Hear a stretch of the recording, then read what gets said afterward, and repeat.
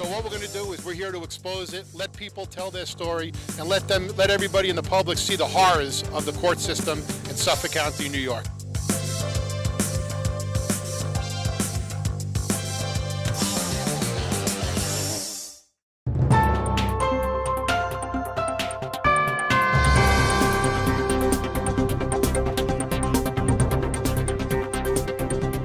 Long Island Backstory with Chief Correspondent Gary Jacobs. Good afternoon, I'm Gary Jacobs. Welcome to Long Island Backstory. We have back on our show today Dr. Roy Aranda, a clinical and forensic psychologist. And, he's my go-to guy whenever I have psychological questions because he's so well-versed. And unfortunately, I can't read I have to read his bio because it's so long. But let me just tell you at the beginning, Dr. Aranda has made many frequent presentations about acts of mass violence, such as the recent Parkside, Florida mass shooting, the mass shooting in Las Vegas last year, mass shootings in places of worship, vehicle ramming, mass murder incidents. With all this madness going on in the world, I said, this is the time to get Dr. Aranda back on the show, and hopefully he can make some sense of this because to me, it's just senseless. This world I feel like it's going crazy. So let me give you a little bit of his brief bio, as brief as I can make it, but it's important to know who we're talking to. Dr. Aranda obtained his psychology degree from the Graduate School of Applied and Professional Psychology, Rutgers University in 1982, and a postdoctoral degree in neuropsychology in 2001 and a law degree in 2007. He's been licensed in New York since 1983 and is president of Long Island Psychological Consulting, PC, with 3 offices. He's performed literally hundreds of forensic evaluations and was an expert in several high-profile cases, including the Happy Land trial and New York terrorist trial. Dr. Aranda has traveled extensively and made many presentations in the U.S. and abroad. He's written several articles and presently is writing 2 chapters that will be published in an edited book, Crossing the Wall, The Perilous Journey of Hispanic Refugees into the U.S., Sex Offenders and Their Victims, Myths and Standards of Practice. Dr. Aranda is also president of the Association of Hispanic Mental Health Professionals and president-elect of the New York State Psychological Association, Forensic Division. He served as president of the New York State Psychological Association, the Long Island Hispanic Bar Association, and the Hispanic Neuropsychological Society, and is member-at-large of the National Association of Puerto Rican Hispanic Social Workers. He served as president of the board of directors at the Hempstead Hispanic Civic Association since 2002. Dr. Aranda has received many awards, including recently the President's Award presented by the New York State Psychological Association for outstanding dedication and innovative leadership in charting the future for psychology in the state of New York. That was in June of last year. Allen V. Williams Jr. Award, New York State Psychological Association's highest honor, giving for sustained service to the profession. On June of 2017, he received the Prolific Community Activist Award by, and I'm not sure what this is even is, but NAPRHSW. What does that stand for? National Association of Puerto Rican and Hispanic Social Workers. Okay, and that was in July of 2017. Hispanic Healthcare Advocate of the Year Award by Presiding Officer Norman Gonzalez, which I was honored to be invited to, and that was in the Nassau County Legislature last year, and also Hispanic Heritage Month celebration, October of 2017. Dr. Aranda, welcome back to Long Island Backstory, and thank you for taking the time to come back. Do we have any time left? I mean, we've got some. I try to read it as fast as I can, but listen, there's a lot of accomplishments, so we don't take that lightly. That's a big science. That's a big work. I still can't memorize it. So tell me, Doctor, what the hell is going on in this world today with all this gun violence? I'm trying really hard to understand it myself. I realize, and it strikes me that for some reason we've had a slew of dramatic incidents, not just violence. We've had mass shootings. We've also had Las Vegas, which is certainly different than an active school shooting situation. We've had high-profile vehicle ramming incidents, the one that was in downtown Manhattan, for instance.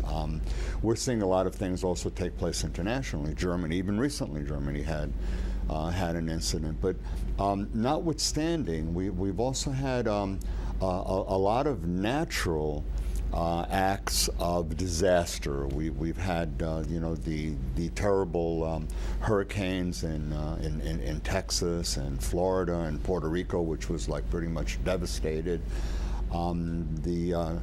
Several earthquakes in Mexico. So, this kind of thing, and it's been like one after another, and I think it's probably made our society feel vulnerable.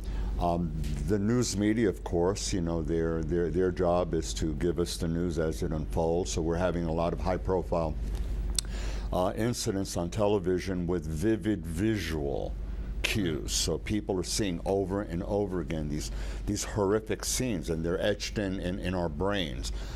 Children are exposed to it. I don't know how often parents may be trying to shelter their children from watching this, but they're hearing about it in schools. They're hearing about it out in the street. So the kids are being exposed to this. You're having people say, wow, we're going to have another terrorist attack. We're hearing all sorts of threats, and airplanes going by, and we're being placed on precautions, and malls. Be safe in your malls. Avoid movie theaters. So it's almost like we're in this heightened state of apprehension that something bad is going to happen, and I do think that that's contributing somewhat. And unfortunately, with the vivid visual cues and focus on people doing this, and almost like in some instances, because of religious and political ideologies, they're elevated to the ranks of being martyrs and sainthood and promises of afterlife and what's going to happen to them. So vulnerable people who are maybe borderline or having problems with drugs or alcohol, they're seeing this. It's certainly possible that you're having individuals who are vulnerable and on the brink of it, deciding to come forward and committing a dangerous act. These are statistically rare incidents, the mass shootings. Still. And they're statistically rare, but tell that to a victim, tell that to the family of a victim. It's Which not you deal with. I know you deal with a lot of these victims. It's not statistically rare to them, but nevertheless, research is indicating that there appears to be an increase in what's happening, and I'd also like to suggest that we don't know how many non-hits, misses there have been, because they don't come forward and say, hey, I was planning to attack your school, but I saw security there, so I left. So we don't know those. So if you're looking at actually accomplished events, successful, unfortunately, incidents that materialize and realize, you don't know how many there may have been that were successfully prevented and turned away, which would give you probably a better picture of the overall numbers of people that have these kinds of things in their brain and on their mind. So that's sort of like probably part of what.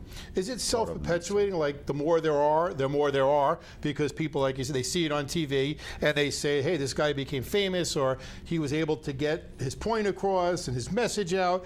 So then they do it, and it like self-perpetuates, like an algorithm that the more feeds more, which would mean we're going down the road to have even more things and more horrible. There's a bit of a modeling, and certainly, again, you're able to see these things over and over and over again. We're inundated with this. We're on overload with how much information we get. Our kids are becoming desensitized because they're watching TV and flashing on the bottom of the TV. You're getting like a million pieces of information. How much information can you process? So part of what's happening is you become desensitized to things. You're looking at it, oh yeah, so what? Like another 300 people were killed in the Middle East, big deal. It's like you're not focused on it. Meanwhile, something else happened, and that's where you zoom in. Oh my God, look at what happened over there. You're having kids are texting while they're crossing streets. Kids are texting and sexting as they're driving. Adults are texting as they're walking across streets. We're inundated. We're inundated with technology, which is both good, but it's bad, you know. And the bad part is that with so much exposure, again, we become desensitized. But for some people, they become encouraged. People who are marginal may become encouraged. Bullies come out because now they have the technology and the means to do it, and they're bullying kids, and the kids that are being bullied are being bullied on the internet, not just in school, but on the internet. Wasn't too long ago that you had that flurry of people that were lighting themselves on fire. It was catching on. I remember in Nassau they had this whole big thing. Don't do it. Don't light yourself up. What is prompting somebody to do something like that? It's hard. It's really hard to put your finger on it. But there's no doubt that we are, to a certain extent, dealing with thrill seekers. For many people, it's thrill seeking. How far can they push the envelope? For others, it's modeling. There's the rubbernecking phenomenon that you see an incident, you're looking at it, and then of course people are desensitized to the extent, well, it didn't happen to me, so I'm safe. I'm okay. It didn't happen to me. Until and when it happens to you, you're not a casualty. So there's so much of this exposure, and it's unfortunate. And then the parents, you're seeing people overreacting. Parents might overreact, friends might overreact, or there'll be dares. I dare you to do this. I dare you to do that. Why don't you try that? It's a phenomenon that I'm not sure how it's going to go away.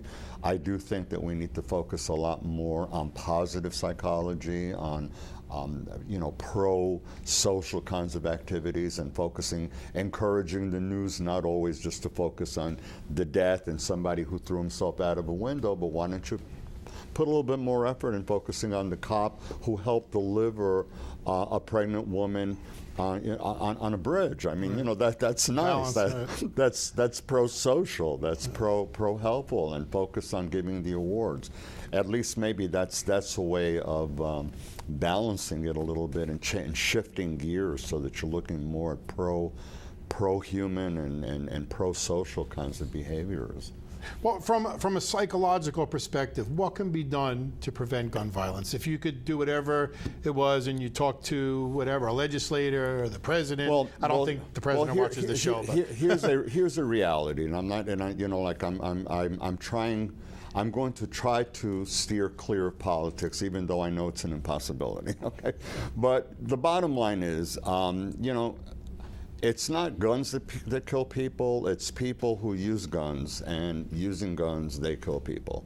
No guns, you're not going to have gun deaths. So if there's no guns, you're not going to have gun-related deaths. Well, people argue they'll find some other way to do it. Well, yeah, I mean, but maybe knife, it won't be as lethal as it is with guns. So in terms of, you're talking about like specifically more gun violence in general, or gun violence in schools? Well, I mean, there's two issues, but I guess gun violence in general, and then we're seeing more of this school thing that's coming up now. So, what can be done to, psychologically? Well, there's been certainly a lot of, obviously since Parkland, there's been a huge, and it wasn't just Parkland. I mean, we've had other horrific school shooting events. Sandy Hook's not all that long ago.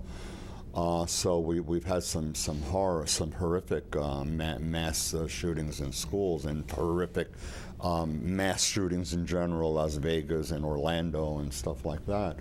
But clearly, Parkland seemed to really rise a tremendous amount of attention, to the extent that you had kids themselves decided that they wanted to go and talk and try to take matters into their own hands, to the extent that they were appearing on television shows, having protests and rallies. And we had recently the Marching for Our Safety in March 24 with close to 2 million people, Washington, D.C., and something like about 800 other locations, which was really putting America on notice that, hey, our kids want something to be done. So, they were arguing for things like, why do we need these mass weapons of destruction? Why do you need those AR-15 rifles?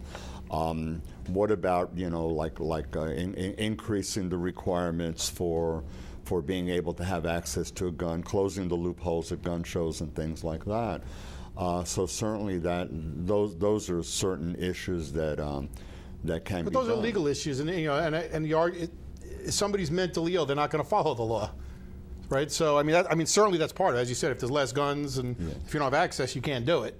But again, if the requirements become more stringent, as they are, for instance, in Israel, you don't see these things in But schools. everybody has a gun. So in fact, I No, emailed you about in that. Israel, not everybody has a gun. You only have, 3.5% of the population has private guns. They've also had special training. They've gone to the military.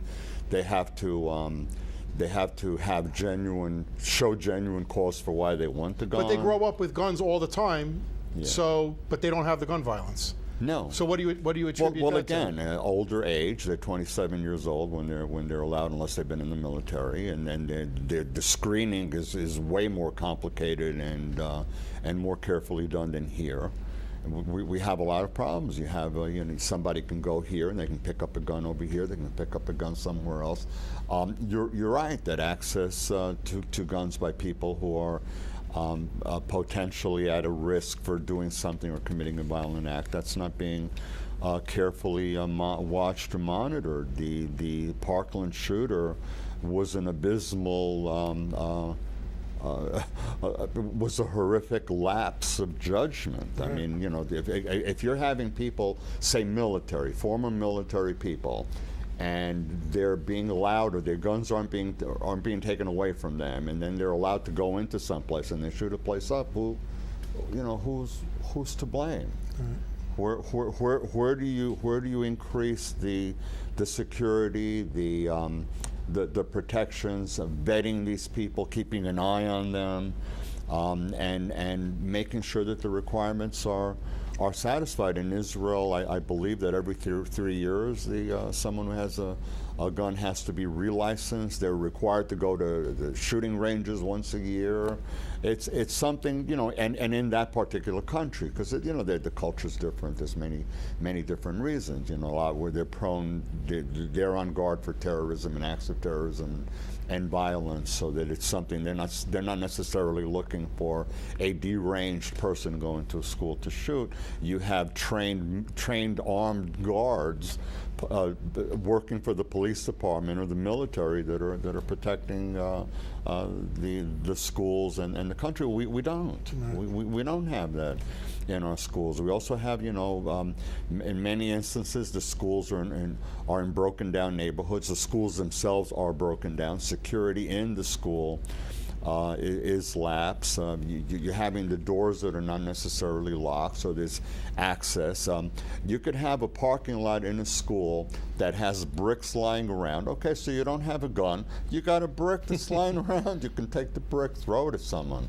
So there's a lot of these environmental kinds of issues that are not being watched. If the school is in an area that you have MS-13, don't you think it's possible that there's going to be some gang-related violence or potential for that, or potential infiltration, or trying to recruit the kids in that school system? So you need, the community has to.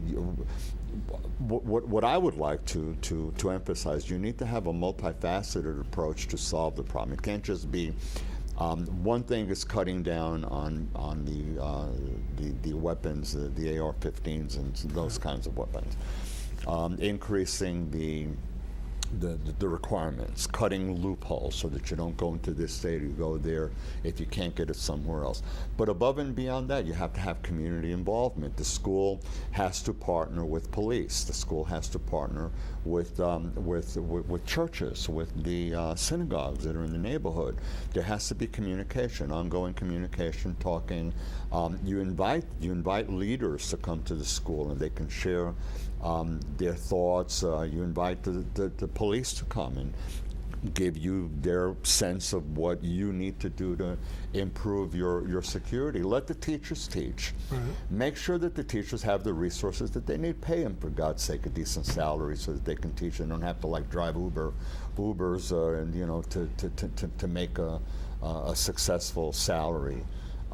They should teach. Kids need to have books, not these things that are falling apart. You need to have the resources.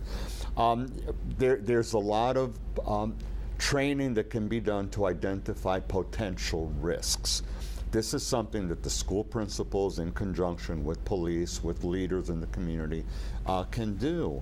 If there's a special occasion, a holiday that's coming up, where you know that there's going to be a lot of people coming in, you're not going to, unless you're monitoring everybody that comes in through the door, you have to expect.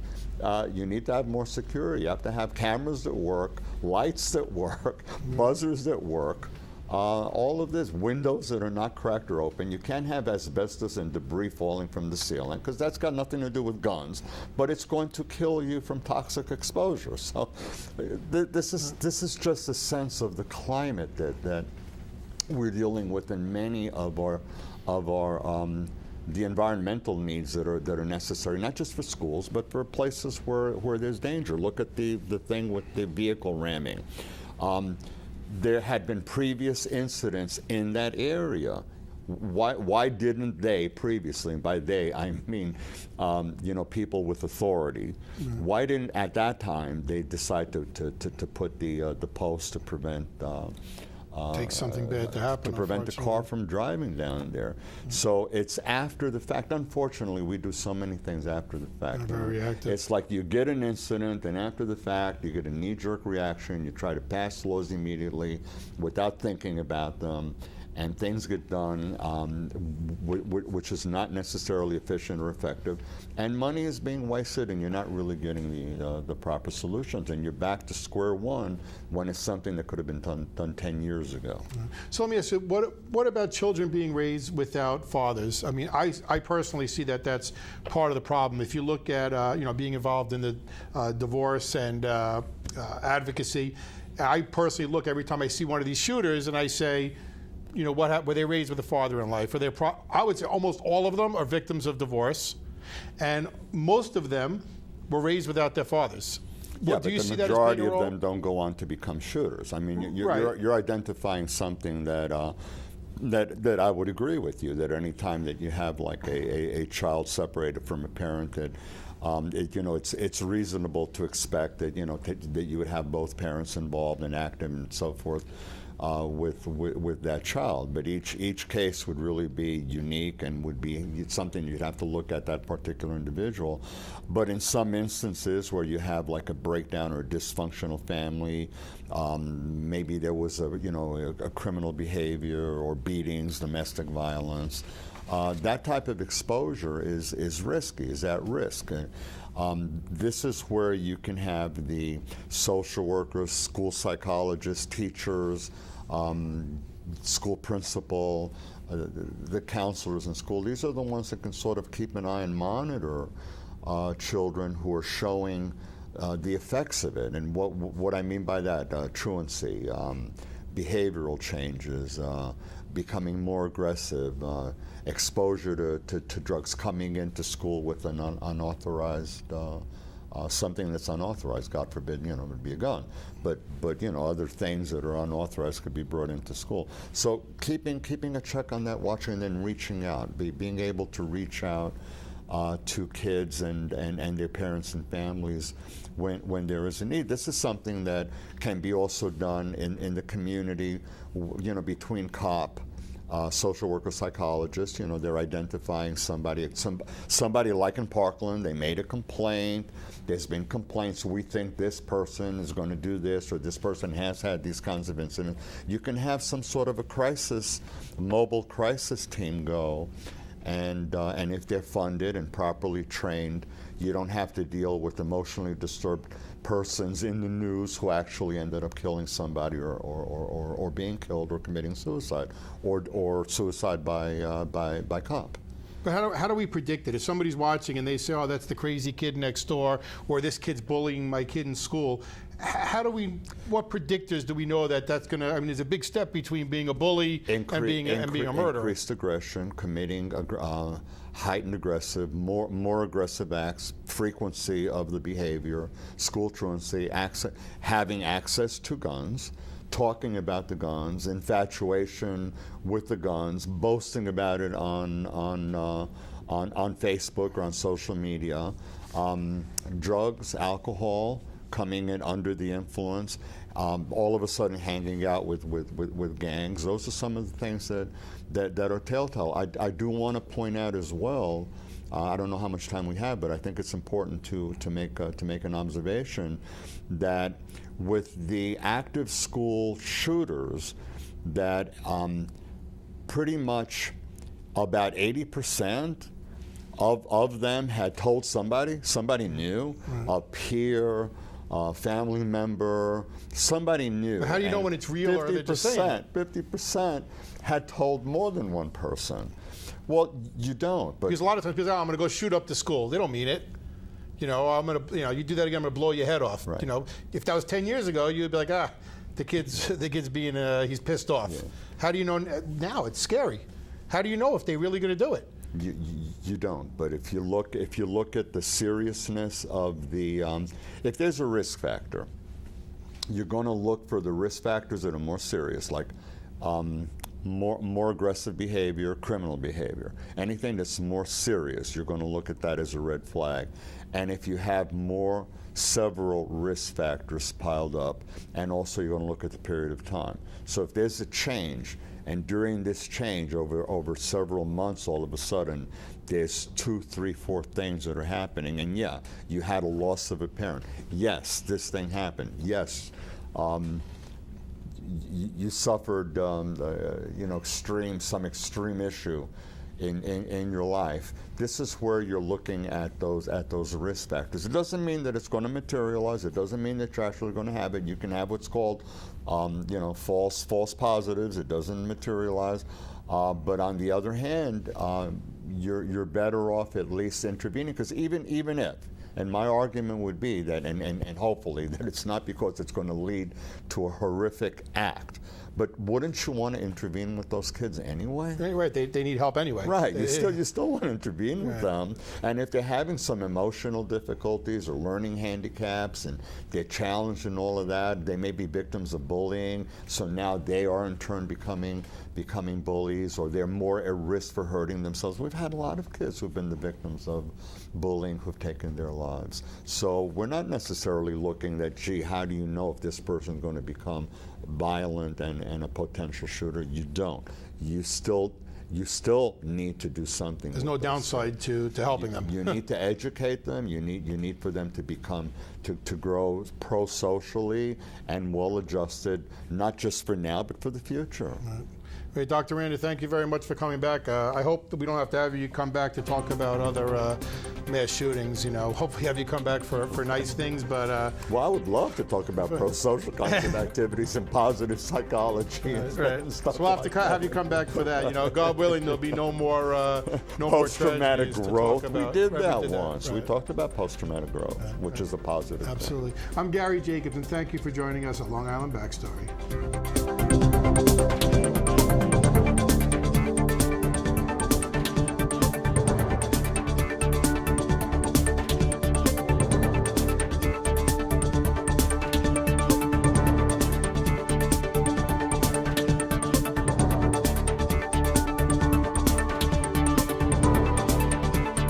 Long Island Backstory is made possible in part by Americans for Legal Reform, the oldest, most successful legal group in the world. P.O. Box 2679, Huntington Station, New York 11746. Telephone 631-421-6390. Website Americans4legalreform.com.